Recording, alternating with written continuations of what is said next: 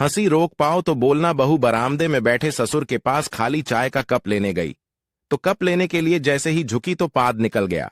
बहू शर्म के मारे बिना कप उठाए वापस जाने लगी।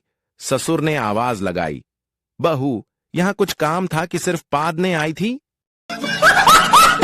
एक बाबा किसी महफिल में गए, वहां सब उनका मजाक उड़ाने लगे। बाबा ने कहा, देखो हम फकीर लोग हैं, हमारा मजाक न उड़ाएं। लोग खूब हंसे। अचानक उन सबको दिखना बंद हो गया। वे सब अंधे हो गए। वो सब बाबा के कदमों में गिर गए। बाबा जी हमें माफ कर दो। बाबा ने जूता उतारा और सबके एक एक मारा और बोले, सालों लाइट चली गई है, कोई जनरेटर ऑन करो, मुझे भी दिखाई नहीं दे रहा है। साइकिल वाले ने एक आदमी को टक्कर मार दी और बोला, भाई साहब आप बहुत किस्मत वाले हो। आदमी गुस्से में, एक तो तूने मुझे टक्कर मारी और ऊपर से मुझे किस्मत वाला कह रहे हो। साइकिल वाला बोला, देखिए भाई साहब आज मेरी छुट्टी है तो साइकिल चला रहा हूं, नहीं तो मैं ट्रक चलाता हूं। एक बार दो पाकिस्तानी ट्रेन में सफर कर रहे थे। उनके बगल में एक भारतीय भाई भी बैठा हुआ था। पहला पाकिस्तानी दूसरे से बोला, इस चैन को खींचने से क्या होगा?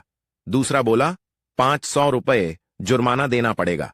पहला बोला, तेरे पास कितने हैं? दूसरा बोला, 200 रुपये। पहला बोला, मेरे पास 300 रुपये हैं। फिर क्या था, दोनों ने मिलकर चैन खींच दी। ट्रेन रुक गई, पुलिस आ गई। पहला बोला, अब हमें पैसे नहीं देने पड़ेंगे। पुलिस ने पूछा, चैन किसने खींची? तो दोनों ने मिलकर भारतीय की तरफ इशारा कर दिया।